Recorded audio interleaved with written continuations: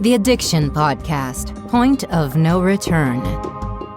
Hello, everybody, and welcome to the Addiction Podcast, Point of No Return. My name is Joni Siegel, and I'm the host for this podcast. My husband, Steve Siegel, is the producer of the podcast. Just a reminder to please subscribe to this podcast wherever you listen to podcasts. And if you would be so kind as to give us a 5-star rating, then when people are in the dire straits of addiction or they have loved ones and they don't know what to do, they will find our podcast and they will find resources to reach out to. Also, please check out our YouTube channel. Please subscribe and ring the bell so you get notified when new videos go up. And once again, give our videos a thumbs up so that people will find us when they need help. Now, today's interview is an interview with a gentleman named Jared Callahan. Jared Callahan is an award-winning Emmy-nominated director and producer. He founded and runs People Media, a production company based on a 95-acre farm in the San Francisco East Bay that specializes in personal and unique stories that help amplify voices and increase empathy. His work has been released through the New York Times, PBS, GQ Magazine, The Atlantic, Alter, NoBudge, Short of the Week, and Vimeo Staff Picks. He's had projects premiere at the best film festivals in the world, including Sundance, SXSW, Tribeca, Austin, Nashville, Palm Springs, Aspen, DOC, NYC, and more.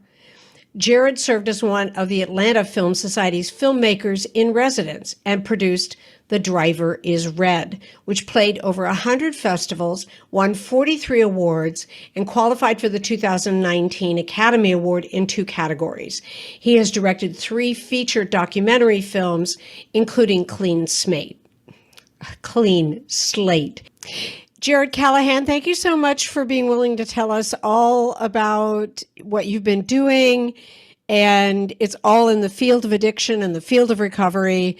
And I'm super excited to talk to you. Well, it's good to be here. Thanks for having me. So, you know, I asked you, do you have your own history of addiction? And you don't. But you do have people that you've known. And that's just a comment, but tell us this project, and tell us how you got into it and what spurred you to do it and all about it. Yeah, I mean, I feel like my paternal grandfather was an abusive alcoholic, and I feel like before I even understood what alcohol was, my story was shaped by this was in our family and this shaped our family and this is what we don't do. So as this subject has touched so many people, it comes into my family in other ways and we're close, and I'm just aware of the journey. And then I was at the Atlanta Film Festival with another feature documentary in 2016, and I spoke on a panel of how to tell your story and how to make a movie. And afterwards, 2 guys approached me with, hey, we've got a movie for you. And those pitches never go well. You always say, I'm booked, thank you. But one of them was Cassidy, who ended up being one of the leads of this movie. We went to coffee, spent 2.5 hours together, and he said, come out and see the residential recovery facility where I live. And I went thinking I was going to spend an hour and just get a tour. And I was there for 6.5 hours. And wow. Saw multiple locations and the businesses they were running to get job training for people. And it ended with, we've got 3 people who live here that want to start making movies and telling our story. And now you're touching the heart of why I exist on the planet. And I realized they had incredible stories to tell. And so I started mentoring them, working with them. And then a year later, when I realized they wanted to make a short film about their own stories, that as Josh, the other co-lead of the film, says, and I think we put it in the trailer, making movies is hard enough, but making movies in recovery is impossible. And it's the melding of 2 really volatile worlds together, and trying to do them together is just insurmountable. And I realized that maybe the real story wouldn't just be the short film that they make about themselves and their own trauma, but it's about the process of them trying to make the film. I think that's huge. And I did watch it, so I definitely got some of that. You know, it's interesting that, you know, Steve and I don't have our own history with addiction either, but we have a marketing background, and we figured we could use that marketing background to help in this area, because it doesn't matter who you are. It doesn't matter who you're connected to. we all have to take responsibility for this situation that is today in our country with addiction.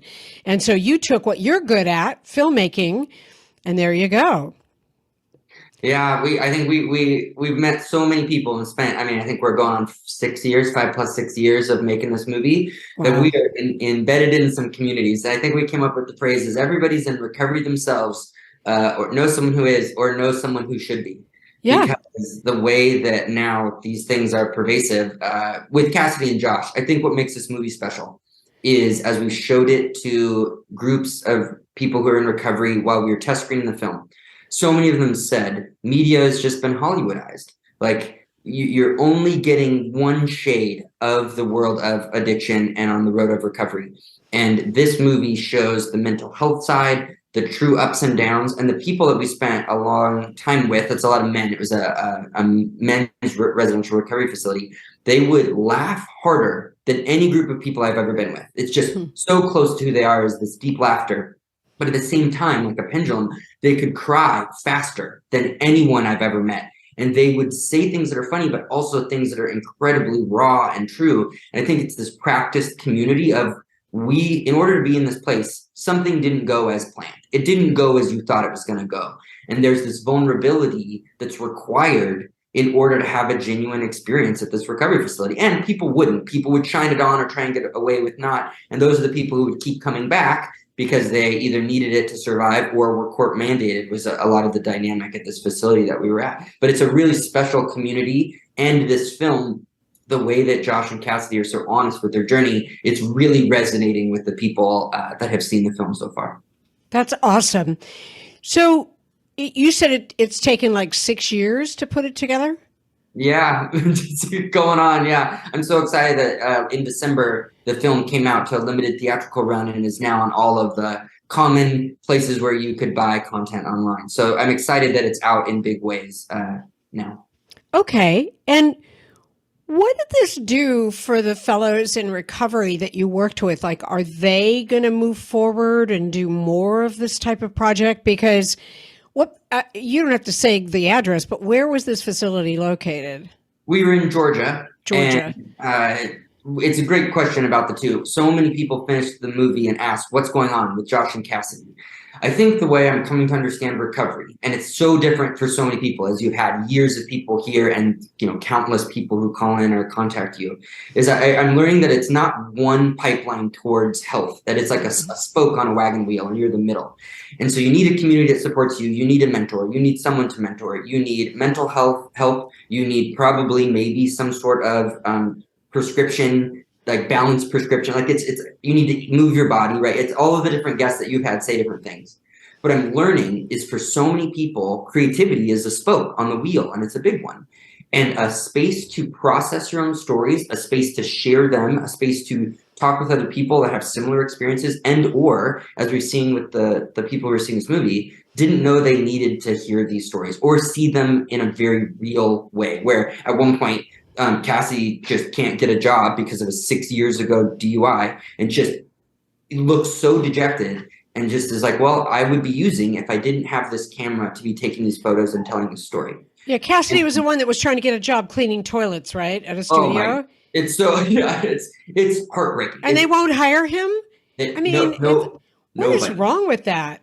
Well, as you know, I'm sure you've discussed the systems and what it means. I think sometimes my target audience for this movie, all my movies are me. I want to shape and grow. I ask people who they are that are different than me, right? And so I'm asking people older and younger and different genders and sexual orientations and political spectrums. I want to learn about the experience of others. But I also make it for people like my mom. She's a kind-hearted 65-year-old church-going person. And if you'd ask my mom what someone who struggles with their mental health or has a felony or has an addiction, what are they like? My mom could fill in for you based on bits of information, based on whatever her news flavor of choice is, of what that means. And it's not complete. But if you show my mom this movie and you say, get to know Josh and Cassidy, would you hang out with them? Yes. Would you hire them? Yes. Would you? And then you say, but they have felonies. They've spent time in prison. And you can see empathy growing. You can see hope entering a place that was hopeless. You can see support coming from places that it was never given before. Sometimes. The hardest thing about getting someone into recovery is getting them to agree to treatment. Bobby Newman, a certified drug counselor with 30 years experience and an over 85% success rate as an interventionist, has created a series of 12 videos that you can use right now to learn every step to get your loved one to agree to treatment. Call 866-989-4499 today and say the word podcast to get a 10% discount. Or go to newmaninterventions.com and type in the word podcast for a 10% discount. This service comes with a free 1-hour consultation with Bobby. And I think that's why telling our stories is so important, especially for people on the road of recovery. I think you're right. Over and over again, when we have people on the podcast in recovery or with a loved one in recovery, they bring up the point, we have to end the stigma. I will be honest, when we started this podcast, and we're in our 7th year of podcasting, when we started, I did kind of sort of have the viewpoint that the heroin addict was the dirty homeless guy under the bridge. I don't know that if you'd asked me, I might have thought, gee, I'm not really sure, but that was in the back of my mind. And having done all of these interviews, it's so not the case. It's the kid who apparently does well at school and has no issues at home. It's the mom who has money and children and a life and a husband, and she's abusing alcohol or abusing pills, or and what your film does is what we try and do when people tell us stories, that we have to overcome the stigma, and people have to realize, like when a homeless guy's on the street corner asking you for money, you can ignore it. Okay? I'll tell you, I don't typically give them money, but this is not the kind of thing you can ignore. It is everywhere. It is affecting everyone. And so, like you say, when you watch this film and you see Josh and you see Cassidy and you go, wow, wouldn't even hire this guy to clean toilets. I would hire him. Right. Hello, he's not looking for a management job. Oh my goodness. I think one of the stories that has shaped me the most is we were test screening the film, and as part of the process, when you finish your film, to show it to people who might enjoy it and say, what did you think? Where did it bore you? Where did it resonate with you? And we've gotten different answers, and it really shaped the film because we wanted to be like the most capital T true to the experience, even if it's only 2 people's actual experience. But a woman in her probably early retirement came up to us after we showed it and was kind of crying. And she said, my brother struggles with this stuff, and I've never seen what's going on in his head. And I've realized that even though my family and I haven't talked to him for the last 10 years, that I need to forgive my brother, and I need to show this movie to my parents because I think it'll reconcile our family. And I was just kind of started crying. Went, so you liked it? Like, what's when you tell a story like this, I think we're trying to show a picture of sobriety. It's the reality of the journey that shows people that it's worth it. Because it's so cyclical. It's not recovery isn't linear. It's right. All over the board, 3 steps forward, 80 steps back, and you just redo things again and again. And I think an encouragement to people on the journey to say, you're not alone, you're in the right place now. Like you are good enough, you are doing it, is a message I got strong through Cassidy and Josh. But then also for people who, a lot of times someone will share, I saw it, you see me, but it's their partner, their family member that's sitting next to them that's giving me the eyes that says, oh, you saw me. And I think that the support community has been something I did not expect that the film would resonate so deeply with. And I am so proud of these guys for sharing and for the film that we made that it does. Absolutely. Absolutely. Was there something that you would say you learned that you didn't know prior to doing this film? Yeah, the way that the film got finished meant that it took so long to finish because we were so embedded in the recovery community, and people that were supposed to hold the weight of finishing a film relapsed out and left not only the film but the program. And one of them meant to come stay with us. We lived at a 95-acre art farm in the San Francisco Bay Area, and we have goats and chickens and care for the land, and it was great. And they were supposed to stay for 3 weeks, and that was in March of the pandemic, and they got stuck with us for a year. Wow. So what was a make a film about subject collaborators where you have some distance by holding the camera, they lived with us. And I ended up in an unhealthy way becoming an aid to what I then discovered was them using and hiding it from us, because I was trying to be their social worker. I jumped in and tried to find a car and a job and stable housing and medication and doctor appointments. And I was an enabler. Right. And it took a year of having all my camera equipment stolen and sold for drugs. Oh my goodness. Oh, it was quite a year. Oh my goodness. Especially when that was the journey. But what it did for me is, you have what I learned. It added the empathy of living it. That's not just making a movie and that's 5 years of your life. And we connected a lot to a thing and to people, but it ended up being, I've done the trips. I've sat in the waiting room. I've sat and talked to doctors. I've had different stories told to different places and realized that when I'm talking to Cassidy, I'm not just talking to the wonderful human, I'm talking to the addiction that also controls him. And I've learned that sometimes it's him talking to me and sometimes it's not him giving me the answers. It's the addiction being the words through his mouth. And I think that gave me both the incredible soft heart empathy to stay in this world and also boundaries and learning what it means to, as these guys both tell the story of their family that had to cut them off to show tough love so they could finally realize they were hitting a rock bottom and get sober for themselves and not just shine on and go mad, go guilt, go what are all the emotions they could throw at you and then me to get what they needed, which was that day a fix, Yep. Like he just nothing was gonna stop him from getting that. And I was also then pulverized in the process. So working on the film gave me more than just the outcome of the film, but I think that experience, we're still editing the film at the time, I think you can feel that in the way that this film got made that feels so different than so many other pieces of media that deal with mental health and recovery. Yeah. Just out of curiosity, when you say living with us, you're married, you have children?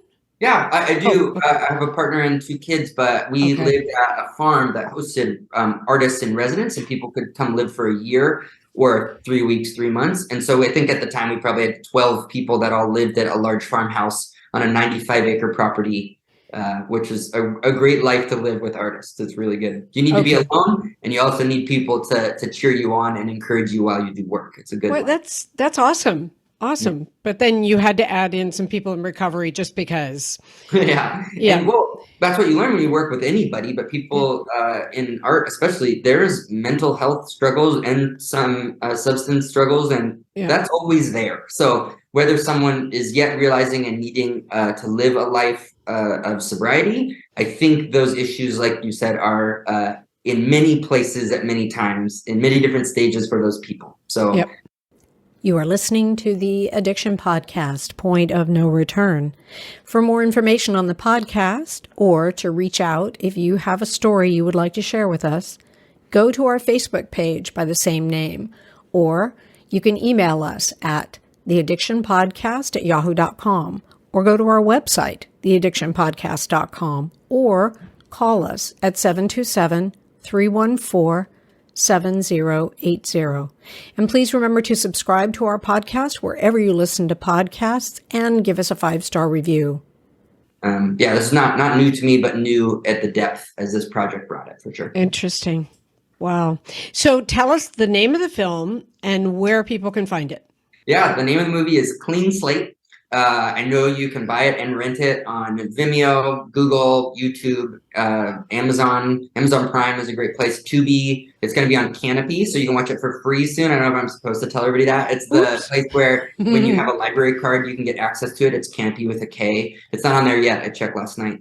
But it's all the places where if you want to watch it now, it's probably $2.99 to rent somewhere. But really watch it. And then it's not just post about it or whatever people say that. It's just tell one person who's the person that either needs to see you in a different way or has a family member that they need the encouragement.